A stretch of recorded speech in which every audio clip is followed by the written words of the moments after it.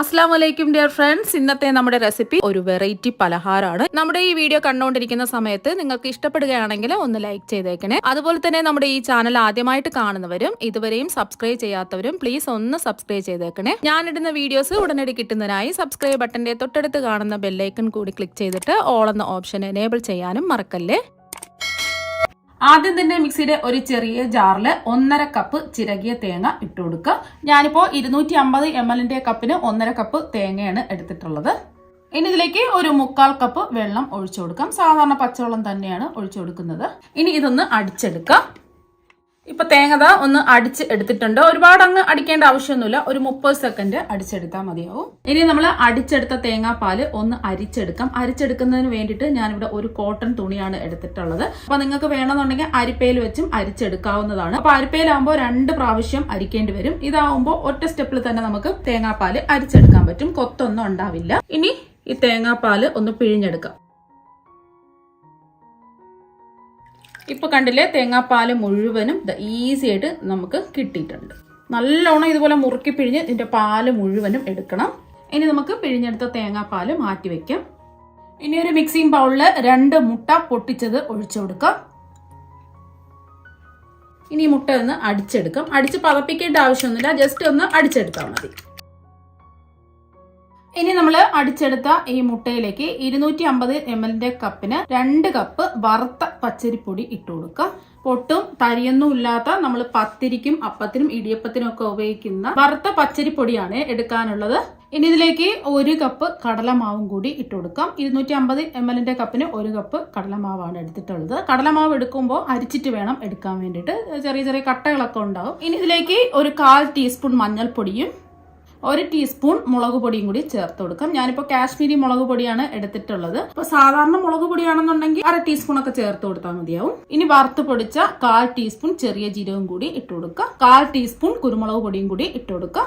ഇനി ചേർത്ത് കൊടുക്കുന്നത് അയമോദകമാണ്. അയമോദകം ചേർത്ത് കൊടുക്കുമ്പോൾ കൈയിന്റെ ഉള്ളം കയ്യിൽ വെച്ച് നല്ലതുപോലെ പൊടിച്ച് എടുത്തിട്ട് വേണം ഇതിലേക്ക് ചേർത്ത് കൊടുക്കാൻ വേണ്ടിയിട്ട്. അപ്പൊ അയമോദകം ഉണ്ടെങ്കിൽ അയമോദകം ചേർത്ത് കൊടുക്കുക. അയമോദകം ചേർത്ത് കൊടുക്കുമ്പോൾ ഈ പലഹാരം നല്ലതുപോലെ മൊരിഞ്ഞും കിട്ടും.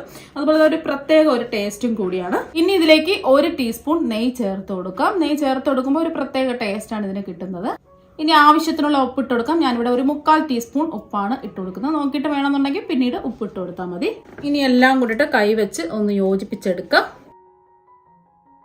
ഇപ്പൊ നല്ലോണം മിക്സ് ചെയ്തെടുത്തിട്ടുണ്ട്. ഇനി നമ്മൾ അരിച്ചെടുത്ത് വെച്ച തേങ്ങാപ്പാല് ഒഴിച്ചു കൊടുക്കാം. നല്ല കട്ടിയുള്ള തേങ്ങാപ്പാലാണ്. അളന്നെടുത്തപ്പോൾ 1 കപ്പ് ഉണ്ട്. അപ്പൊ ഇത് മുഴുവനും ഒഴിച്ചു കൊടുക്കണ്ട. ആദ്യം ഒരു 1/4 കപ്പ് ഒഴിച്ച് ഒന്ന് കുഴച്ചതിന് ശേഷം വേണമെന്നുണ്ടെങ്കിൽ ബാക്കി തേങ്ങാപ്പാലും കൂടെ ഒഴിച്ചു കൊടുക്കാം. ഇപ്പൊ നമ്മൾ 1/4 കപ്പ് തേങ്ങാപ്പാലാണ് ഒഴിച്ചു കൊടുത്തിട്ടുള്ളത്. ഇതൊന്ന് കുഴച്ചെടുക്കാം. നമ്മൾ ഇടിയപ്പത്തിനൊക്കെ കുഴക്കില്ലേ, ആ ഒരു പരുവത്തിൽ വേണം ഇതൊന്ന് കുഴച്ചെടുക്കാൻ. ഇപ്പൊ കുഴച്ചെടുത്തപ്പോൾ കുറച്ച് കട്ടിക്കാണിരിക്കുന്നത്. ബാക്കി തേങ്ങാപ്പാലും കൂടി ഒഴിച്ചു കൊടുക്കാം. ബാക്കി ഇരിക്കുന്ന 1/4 കപ്പ് തേങ്ങാപ്പാല് മുഴുവനും അങ്ങ് ഒഴിച്ചു കൊടുക്കാം. നിങ്ങൾക്ക് തേങ്ങാപ്പാലിന് പകരം വെള്ളത്തിൽ വേണമെങ്കിലും ചെയ്യാവുന്നതാണ്. കൂടുതൽ ടേസ്റ്റും തോന്നിയിട്ടുള്ളത് ഈ തേങ്ങാപ്പാലിൽ ചെയ്തെടുക്കുമ്പോഴാണ്. അപ്പൊ എല്ലാം നല്ലതുപോലെ ഒന്ന് കുഴച്ചെടുത്തിട്ടുണ്ട്. ഈ ഒരു പരുവത്തിൽ വേണം കുഴച്ചെടുക്കാൻ വേണ്ടിയിട്ട്. ഇടിയപ്പത്തിനൊക്കെ നമ്മൾ കുഴച്ചെടുക്കില്ലേ, അതുപോലെ വേണം ഇതൊന്ന് കുഴച്ചെടുക്കണം. ഒരുപാട് അങ്ങ് കട്ടിക്ക് കുഴക്കരുത്. ഈ ഒരു പരുവത്തിന് വേണം കുഴച്ചെടുക്കാൻ.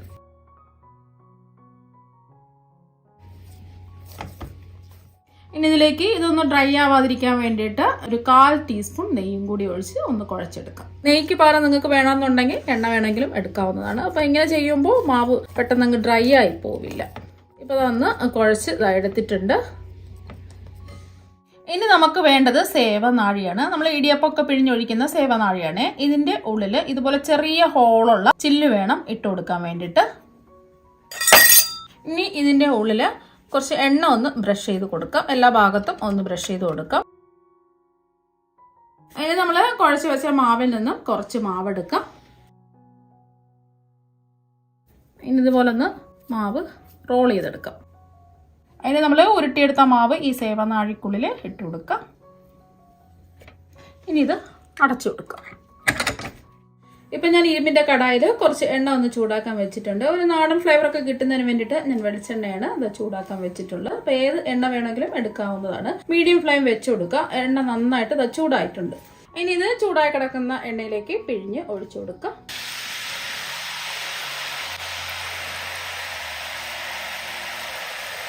കൈ പൊള്ളാതെ വേണം ചുറ്റിച്ച് ഒഴിച്ചു കൊടുക്കാൻ വേണ്ടിയിട്ട്. അപ്പോൾ ആദ്യമായിട്ട് ചെയ്യുന്നവർക്ക് പ്രത്യേകം ശ്രദ്ധിക്കാം. നമ്മളിത് പിഴിഞ്ഞ് ഒഴിച്ചു കൊടുക്കുന്ന സമയത്ത് കയ്യിൽ ആവി അടിക്കാൻ സാധ്യത ഉണ്ട്. അതുകൊണ്ട് കുറച്ച് പൊക്കി വെച്ചിട്ട് വേണം ഇതൊന്ന് ചുറ്റിച്ച് പിഴിഞ്ഞൊഴിക്കാൻ വേണ്ടിയിട്ട്. അതൊന്ന് പ്രത്യേകം ശ്രദ്ധിക്കാം. അപ്പോൾ ഒരു സൈഡ് ഒന്ന് ഗോൾഡൻ നിറാവുമ്പോഴേ ഇത് തിരിച്ചിട്ട് കൊടുക്കാവൂ. ഇപ്പോൾ ഒരു ഗോൾഡൻ നിറായിട്ടുണ്ട്. നമുക്കിതൊന്ന് തിരിച്ചിട്ട് കൊടുക്കാം. തിരിച്ചിട്ട് ഒരു 10 സെക്കൻഡൊക്കെ ഒന്ന് തിരിച്ചിട്ട് കൊടുത്താൽ മതി. പെട്ടെന്ന് തന്നെ റെഡിയായി കിട്ടും. ഇപ്പോൾ 2 സൈഡും ഒരു ഗോൾഡൻ നിറായിട്ടുണ്ട്. ഇനി എണ്ണയിൽ നിന്ന് കോരി മാറ്റാം. ഒരുപാട് അങ്ങ് ബ്രൗൺ ആവാൻ നിൽക്കരുത്. ചെറിയൊരു ഇതുപോലെ ഗോൾഡൻ നിറാവുമ്പോൾ എണ്ണയിൽ നിന്ന് കോരി മാറ്റാം. ഇനി അടുത്തതായിട്ട് വേണ്ടത് ഇതുപോലെ സ്റ്റാറുള്ള ചില്ലിട്ടാവുമല്ലോ സേവനാഴിക്കുള്ളിൽ. അപ്പോൾ ആ ചില്ല് വേണം എടുക്കാൻ വേണ്ടിയിട്ട്. ഇനി ഇതിൻ്റെ ഉള്ളിൽ ഈ ചില്ല് ഇട്ട് കൊടുക്കാം. ഇനി മാവ് ഒട്ടിപ്പിടിക്കാതിരിക്കാൻ വേണ്ടിയിട്ട് ഈ സേവനാഴിക്കുള്ളിൽ കുറച്ച് ഓയിലൊന്ന് ബ്രഷ് ചെയ്ത് കൊടുക്കാം. ആ ചില്ലിലും ഒന്ന് ബ്രഷ് ചെയ്ത് കൊടുക്കാം.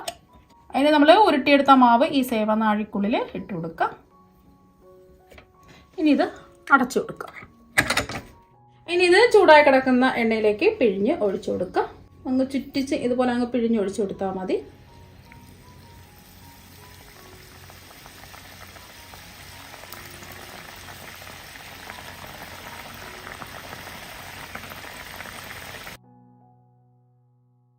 ഇപ്പോൾ ഒരു സൈഡ് ഒരു ഗോൾഡൻ നിറായിട്ടുണ്ട്. ഇനി ഇതൊന്ന് തിരിച്ചിട്ട് കൊടുക്കാം. ഈ വശവും ഒരു ഗോൾഡൻ നിറാവട്ടെ. ഫ്ലെയിം കൂട്ടിയിടരുത്, എന്നാൽ പിന്നെ ഇതിൻ്റെ ഉള്ളൊന്നും പെട്ടെന്ന് ക്രിസ്പി ആയിട്ട് കിട്ടില്ല. ഫ്ലെയിം മീഡിയം ഫ്ലെയിം വേണം വെക്കാൻ വേണ്ടിയിട്ട്. ഇപ്പം നല്ലൊരു ഗോൾഡൻ നിറായിട്ടുണ്ട്. ഇനി എണ്ണയിൽ നിന്ന് കോരി മാറ്റാം. ഇപ്പം കണ്ടില്ലേ, ഒട്ടും എണ്ണയൊന്നും കുടിച്ചിട്ടില്ല. നല്ല പെർഫെക്റ്റ് ആയിട്ട് ഇതാ കിട്ടിയിട്ടുണ്ട്. ഇത് നമ്മൾ മുട്ടയൊക്കെ ചേർത്തത് കൊണ്ട് നല്ല ക്രിസ്പി ആയിട്ടാണ് ഇരിക്കുന്നത്. ഇപ്പം നമ്മുടെ പലഹാരം എല്ലാം ഇവിടെ റെഡി ആയിട്ടുണ്ട്. ചെറിയ ചില്ലിൽ കൂടി പിഴിഞ്ഞ് ഫ്രൈ ചെയ്തെടുത്തിട്ടുള്ളതാണിത്. നല്ല ക്രിസ്പി ആയിട്ടിരിപ്പുണ്ട്. മുട്ട ചേർത്തതുകൊണ്ട് കേടൊന്നും വരില്ല. അപ്പൊ എയർ ടൈറ്റ് ആയ ടിന്നുകളിൽ അടച്ച് സൂക്ഷിച്ചാൽ എത്ര ദിവസം വേണമെങ്കിലും ഇത് കേട് കൂടാതെ ഇരിക്കും. ഇതിൽ നിങ്ങൾക്ക് വേണമെന്നുണ്ടെങ്കിൽ നിലക്കടലയും അതുപോലെ തന്നെ പൊട്ടുകടലയും കുറച്ച് കറിവേപ്പിലൊക്കെ ഫ്രൈ ചെയ്ത് ചേർത്ത് കൊടുക്കാം.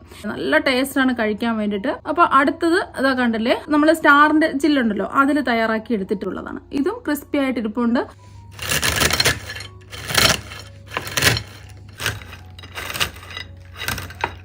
ഒരു പ്രത്യേക ടേസ്റ്റാണ് കഴിക്കാൻ വേണ്ടിയിട്ട്. ഒരുപാട് ദിവസം കേടുകൂടാതെ ഇരിക്കും. കുട്ടികൾക്കും മുതിർന്നവർക്കും എല്ലാവർക്കും ഇഷ്ടപ്പെടും. അപ്പോൾ നിങ്ങൾ എല്ലാവരും ഈ 2 പലഹാരങ്ങളും ട്രൈ ചെയ്ത് നോക്കുക. തീർച്ചയായും നിങ്ങൾക്ക് എല്ലാവർക്കും ഇഷ്ടപ്പെടും. അപ്പോൾ നമുക്ക് മറ്റൊരു വെറൈറ്റി ഡിഷുമായിട്ട് വീണ്ടും കാണാം. താങ്ക്